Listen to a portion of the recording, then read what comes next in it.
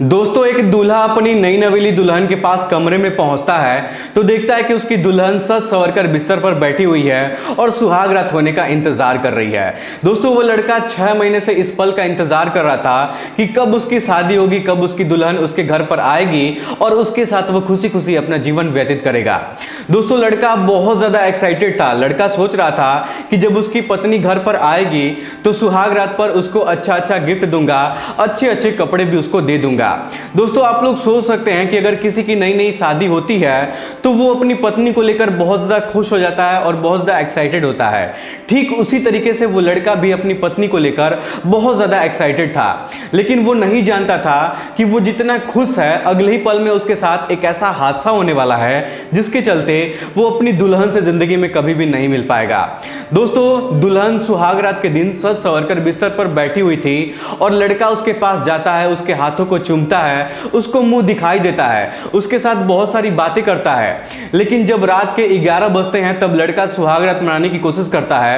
तभी उसको एक ऐसा झटका लगता है जिस वजह से लड़का तुरंत अपने सुहाग रात वाले रूम से दौड़ते हुए घर से बाहर निकलता है और चीख चीख कर चिल्ला चिल्ला कर घर के दरवाजे पर बैठकर रोने लगता है। तभी आसपास के लोग जब उसकी रोने की आवाज सुनते हैं तो उसके घर के दरवाजे पर इकट्ठा हो जाते हैं और जब उस लड़के की कहानी सभी लोग आसपास के लोग सुनते हैं तो सबके पैरों तले जमीन खिसक जाती है।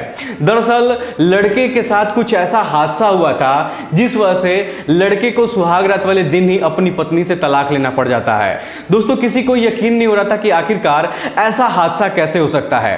दोस्तों, ये घटना बहुत ही ज्यादा मजेदार है। 10 मिनट समय निकालकर इस कहानी को आप लोग पूरा जरूर सुनिएगा। इस कहानी में आपको बहुत कुछ सीखने को मिलेगा, क्योंकि आजकल जिनकी भी नई नई शादियां हो रही हैं उन लोगों से विनती है कि इस वीडियो को आप लोग पूरा देखिएगा, नहीं तो आपकी भी जिंदगी उस लड़के की तरफ बर्बाद हो जाएगी। दोस्तों, क्या है पूरा मामला, आइए जानते हैं इस वीडियो के माध्यम से। लेकिन वीडियो में आगे बढ़ने से पहले वही आप लोग से छोटा सा रिक्वेस्ट है कि अगर आप लोग हमारे चैनल पर पहली बार है तो चैनल को सब्सक्राइब कर लीजिए और वीडियो को लाइक कर दीजिए, ताकि जो मेरा हौसला है वो और भी ज्यादा बढ़ता रहे और भी ज्यादा इंटरेस्टिंग कहानियां ऐसे ही मैं आप लोग को सुनाता रहूं। दोस्तों, ये सच्ची घटना बुलंदशहर के अमरगढ़ का है। सबसे पहले मैं थोड़ा बहुत लड़के के बारे में आपको बता देता हूं, उसके बाद मैं मुद्दे पर आता हूं। दोस्तों, लड़के का नाम ताहिर है और लड़के की उम्र 28 साल के आसपास है।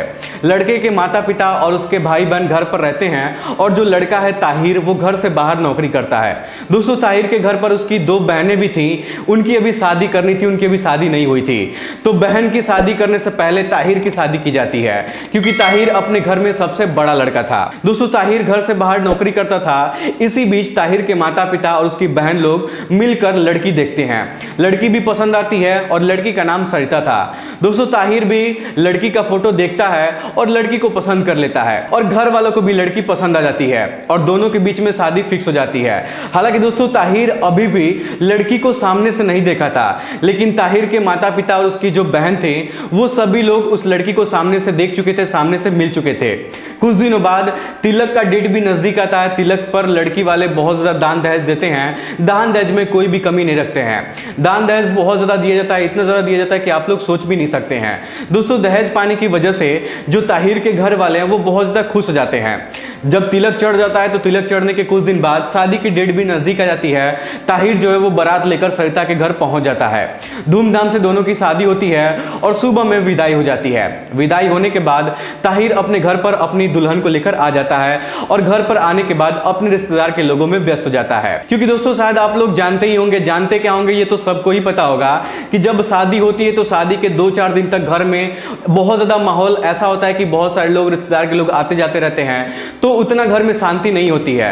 तो जाहिर सी बात है कि दूल्हा जब शादी करके आया है तो सबसे पहले अपने रिश्तेदार के लोगों को समय देगा, उनको विदाई करेगा, उसके बाद अपनी पत्नी को समय देगा।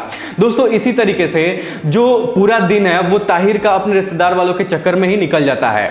लेकिन जब रात का समय होता है, जब सुहाग रात का समय आता है, तब लड़की अपने कमरे में सज संवर कर दुल्हन के जोड़े में बैठी हुई थी। दोस्तों, ताहिर के कमरे में जाने से पहले ताहिर की बहन मुंह दिखाई में 5100 रुपया उस लड़की को देती है और ताहिर की जो माँ थी वो 2100 रुपया मुंह दिखाई के तौर पर देती हैं। रिश्तेदार के जितने भी लोग आए हुए थे सभी लोग कुछ ना कुछ मुंह दिखाई के नाम पर, रस्म के नाम पर उस लड़की को कुछ ना कुछ देते हैं। लेकिन जैसे ही रात के 11 बजते हैं तब ताहिर अपने पत्नी के रूम के अंदर जाता है सुहागरात मनाने के लिए।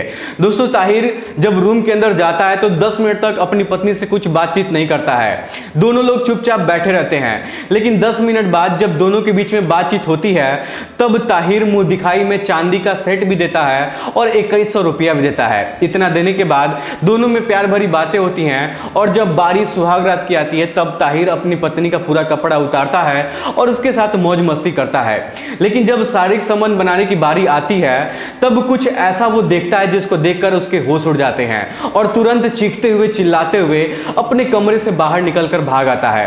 दोस्तों घर के दरवाजे पर बैठकर जोर जोर से रोने लगता है। दोस्तों अब आप लोग सोच रहे होंगे कि आखिरकार उस दिन ऐसा हुआ क्या था जिस वजह से वो लड़का अपनी पत्नी के साथ सुहागरात नहीं मनाता है बल्कि दरवाजे पर बैठकर रोने लगता है।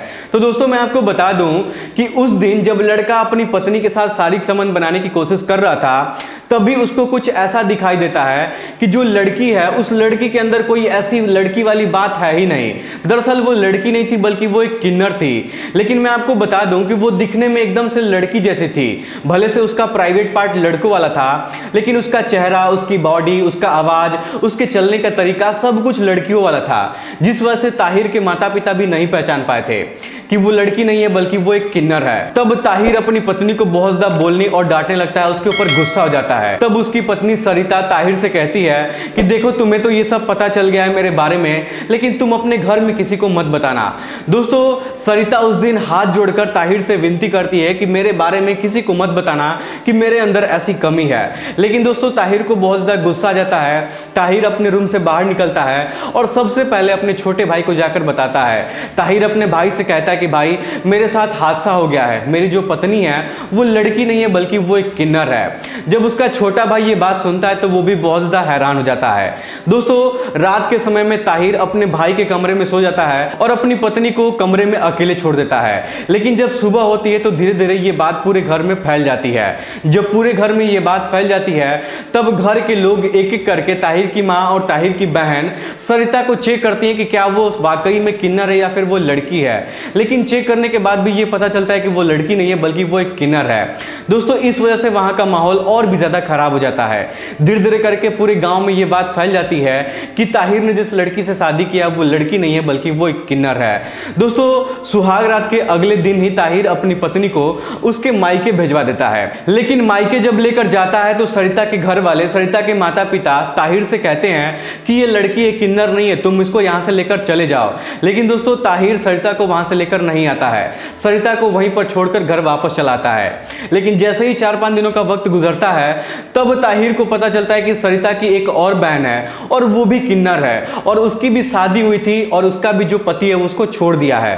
दोस्तों इतना सब घर वालों को जब पता चलता है तो और भी ज्यादा ये लोग हैरान हो जाते हैं। दोस्तों ताहिर जब भी अपने घर से बाहर निकलता है तब गांव के लोग हमेशा उसको ताना मारते हैं कि भाई अब तो तुम्हारी पत्नी जो है वो किन्नर बन गई है।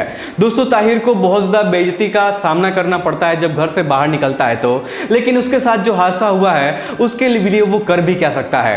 दोस्तों इसमें उसकी कोई भी गलती नहीं है क्योंकि शादी होने से पहले ताहिर कभी भी सरिता से नहीं मिला था और ना ही सामने से उस लड़की को देखा था। उसके घर वाले लड़की को देखे थे और लड़की को पसंद किए थे और उसी के बीच में शादी हो गई थी। कभी भी ताहिर उस लड़की से मिला नहीं था। दोस्तों 5 नवंबर 2023 को इन दोनों की शादी होती है और 6 नवंबर 2023 को ताहिर सरिता को उसके मायके भिजवा देता है, पहुंचा देता है और उसके बाद कभी भी उसको लेने के लिए नहीं जाता है। हालांकि दोस्तों इन दोनों की शादी को पूरे 9-10 महीने के आसपास बीत चुके हैं, लेकिन इन 9-10 महीनों में जो लड़की है उस लड़की के घर वाले सरिता का प्राइवेट जो पार्ट है उसका सर्जरी करवा दिए हैं। यानी कि सर्जरी करवाने के बाद उसका प्राइवेट पार्ट चेंज करवा दिए हैं पूरे तरीके से, यानी कि वो पूरे तरीके से अब लड़की बन चुकी है। यानी कि अगर साफ भाषा में कहा जाए तो उसके अंदर जो लड़के का पार्ट था उस पार्ट को सर्जरी करवा के हटा दिया गया है और उसके जगह पर एक लड़की का प्राइवेट पार्ट लगा दिया गया है। इस तरीके से उसका सर्जरी हो गया है। दोस्तों अब सरिता के घर वाले कह रहे हैं कि ये लड़की तुम्हारे लायक हो गई है, अब तुम इसको अपने साथ रखो और इसको अपने घर लेकर जाओ। लेकिन फिर भी ताहिर उस लड़की को अपने घर लाने के लिए तैयार नहीं है। दोस्तों न्यूज मीडिया के लोगों ने जब ताहिर से पूछा कि क्या अगर वो पूरे तरीके से लड़की बन जाएगी और वो बच्चा भी पैदा करने लायक हो जाएगी तो तो क्या तुम उससे दोबारा शादी करके अपने घर पर रखोगे? तो दोस्तों वो कहता है कि अपने बॉडी में वो कुछ भी सर्जरी करवा ले, लेकिन मैं उसको अपने साथ नहीं रखूंगा। दोस्तों ताहिर का कहना है कि उसके दाढ़ी और मूंछ भी आते हैं और वो हमेशा अपने दाढ़ी मूंछ को बनाकर साफ सफाई कर रखती है। अब दोस्तों जाहिर सी बात है कि कोई भी लड़का अपने घर वालों की मर्जी से लड़की से शादी करता है तो उसके पास इतना समय नहीं रहता है कि वो लड़की का अच्छे से जांच पड़ताल करे कि वो लड़की है या फिर वो किन्नर है। और जाहिर सी बात है कि शादी से पहले कोई भी इतना करीब से नहीं देख पाता है कि लड़की के अंदर क्या कमी है। दोस्तों इसी तरीके से उसको भी पता नहीं चल पाया कि उसके पत्नी के अंदर क्या कमी है, लेकिन धोखेधड़ी से उसकी शादी हो गई। लेकिन दोस्तों अगर देखा जाए तो इस पूरी घटना में सरिता के घर वालों की गलती है, क्योंकि शादी एक मामूली बात नहीं होती है। शादी करना एक बहुत बड़ी बात होती है, बहुत बड़ी जिम्मेदारी होती है, और झूठ बोलकर किसी से शादी करना ये तो बहुत बड़ा अपराध माना जाता है। अगर सरिता के घर वालों को पहले से पता था कि उनकी लड़की किन्नर है तो उनको ताहिर से शादी नहीं करवानी चाहिए थी। या फिर अगर दूसरी तरफ देखा जाए तो सरिता को भी ये बात पहले से पता होगा कि वो लड़की नहीं है बल्कि वो किन्नर है, तो उसको भी शादी करने से मना कर देना चाहिए था। लेकिन सरिता ने भी शादी करने से मना नहीं किया और अपनी बेइज्जती से बचने के लिए, अपनी इज्जत को बचाने के लिए ताहिर की जिंदगी बर्बाद कर देती है। हालांकि दोस्तों फिलहाल अभी सरिता अपना पूरा जो है बॉडी का सर्जरी करवा चुकी है और पूरी तरीके से वो लड़की बन चुकी है, लेकिन फिर भी ताहिर जो है उसको अपने साथ रखने के लिए तैयार नहीं है। दोस्तों इस पूरी घटना को सुनने के बाद आप लोग क्या कहना चाहेंगे? क्या सरिता ने जो किया वो सही किया या फिर गलत किया, या फिर ताहिर ने जो किया सरिता के साथ वो सही किया या फिर गलत किया, या फिर इसमें किसकी गलती है? आप लोग अपनी राय हमें कमेंट बॉक्स में जरूर बताइएगा। फिलहाल आज के इस वीडियो में इतना ही। वीडियो पसंद आए तो वीडियो को लाइक और चैनल को सब्सक्राइब जरूर करिएगा। आप सभी लोगों का बहुत बहुत धन्यवाद।